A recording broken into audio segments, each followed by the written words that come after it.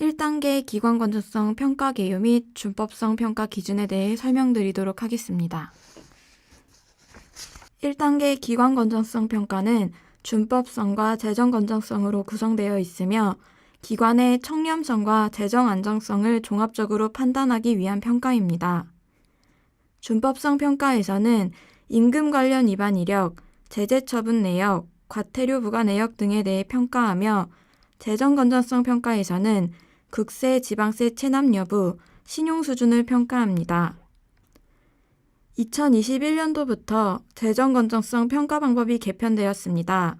평가 신청 필수 제출 서류의 종류 및 제출 방법에 대해서는 뒤에 나오는 설명에 집중해 주시기 바라며 부록 2의 1단계 기관 건전성 평가 증빙 자료 준비 방법도 반드시 확인해 주시기 바랍니다.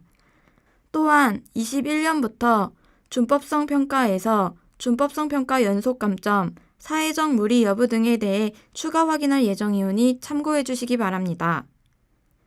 1단계 기관 건전성 평가 적합 여부는 준법성 및 재정 건전성 2개 항목의 총 감점 등을 고려하여 판정합니다.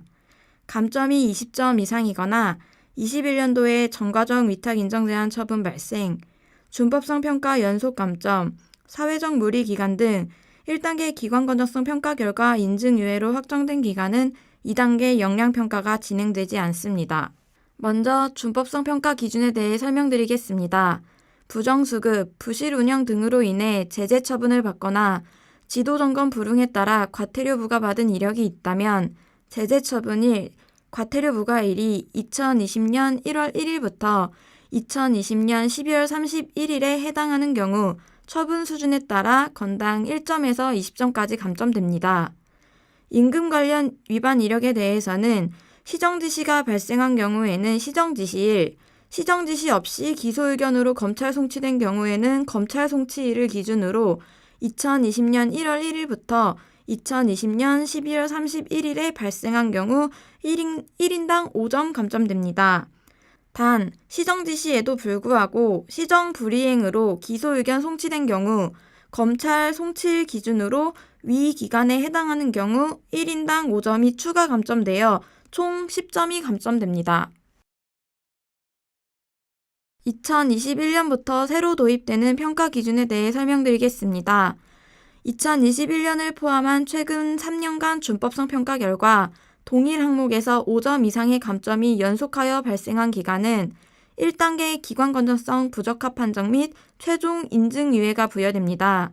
최근 3년은 2019년, 2020년, 2021년의 준법성 평가 결과를 반영하며 동일 항목 구분은 임금 관련 법 위반 이력과 제재 처분 이력 두 가지로 구분됩니다.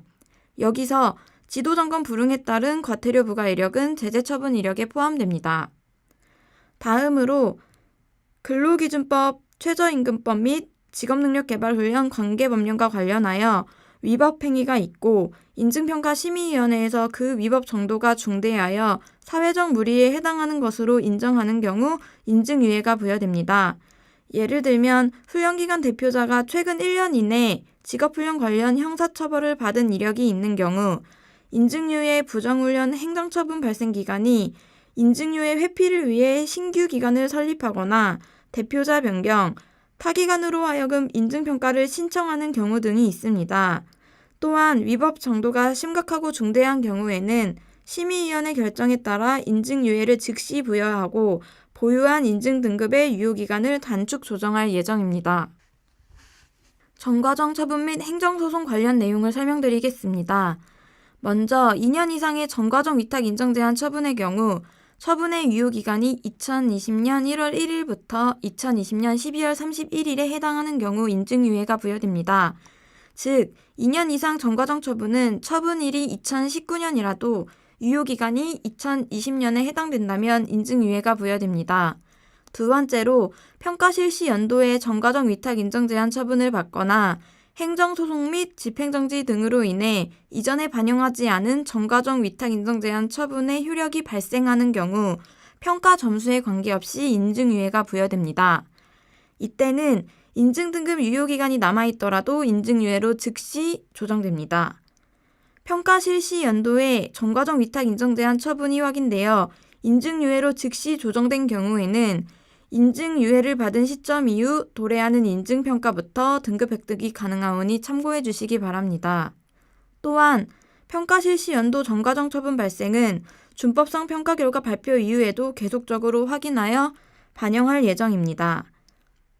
행정처분 등에 대해 행정심판 또는 행정소송을 제기한 경우에는 집행정지 인용 여부에 따라 반영하고 있습니다.